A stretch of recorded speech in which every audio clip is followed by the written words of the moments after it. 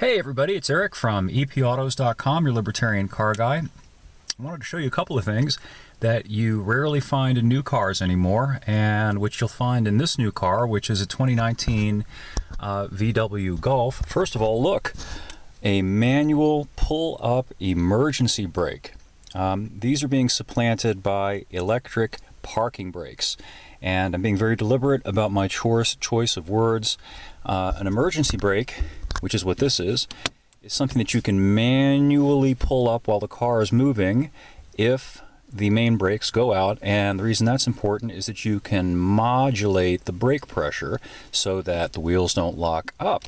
With the electric parking brake actuator, there's usually a little button right here, or a switch.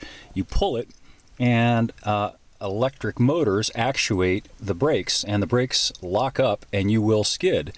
So it's actually an emergency, or creates an emergency, to engage the parking brake, the electric parking brake, when the main brakes failed, which is kind of ironic. And it also just fundamentally makes something that's simple and effective. Look at that. This manual lever connected to a manual cable that applies manual pressure to pull on the caliper to apply the brakes is replaced by a complicated electronic system, which will eventually break and eventually cost you money.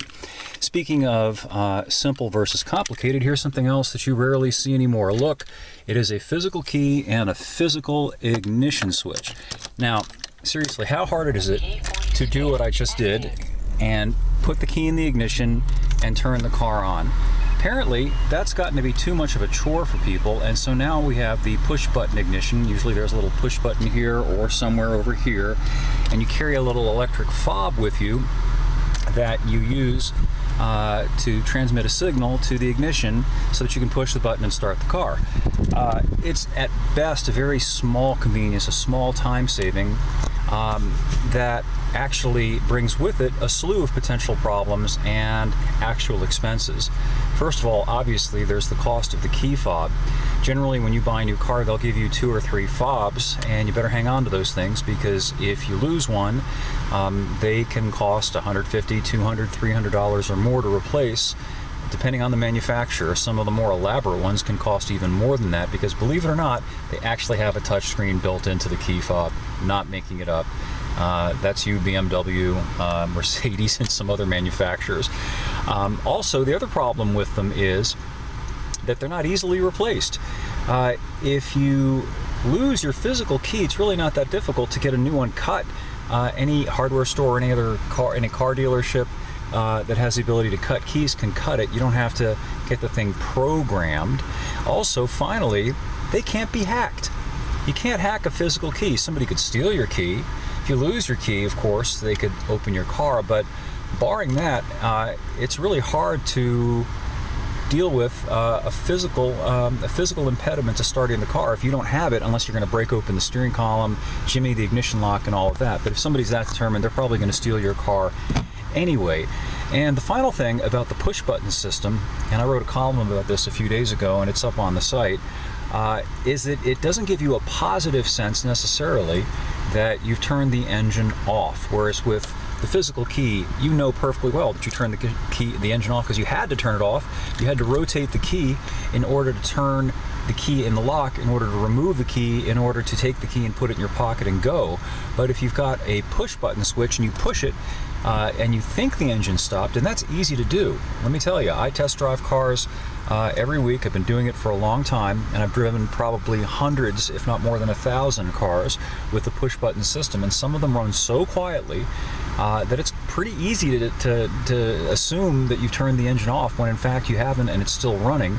And that problem has been doubled down on by ASS, Automated Stop Start, the new system that a lot of new cars have, which will automatically shut off the engine.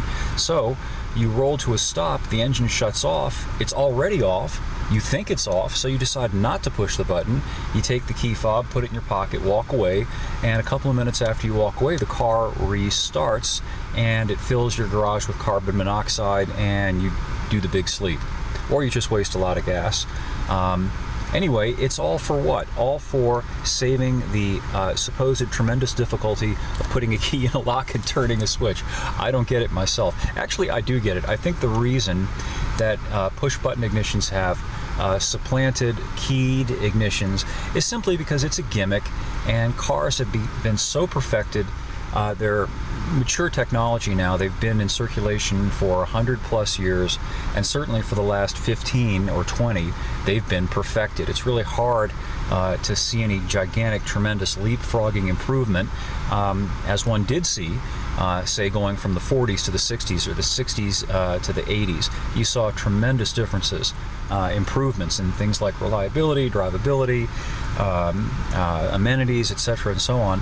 But now there's just not that much to do, you know? Every car's got air conditioning, every car's got power windows and locks, every car's got a good stereo, every car starts right up, doesn't stall, and so on. So what do you do to make it stand out? What do you do to attract buyers and customers, particularly people who haven't been in a car for a few years? Oh, gee, look, it's got push-button ignition. Yay! Sign me up. So that's the main reason for it. It's just a gimmick, in my opinion, and it's a gimmick that's probably a not good idea for the most part. Whatever the trivial advantages are, there are a lot of disadvantages, and the same goes for ye olde automated parking brake versus the good old-fashioned emergency brake. So that's my rant for today. More up at epautos.com, the web's best libertarian gearhead site. Thanks for listening to me vent, and hope you come down to the site, check out what's there, post some comments, and we will talk again soon.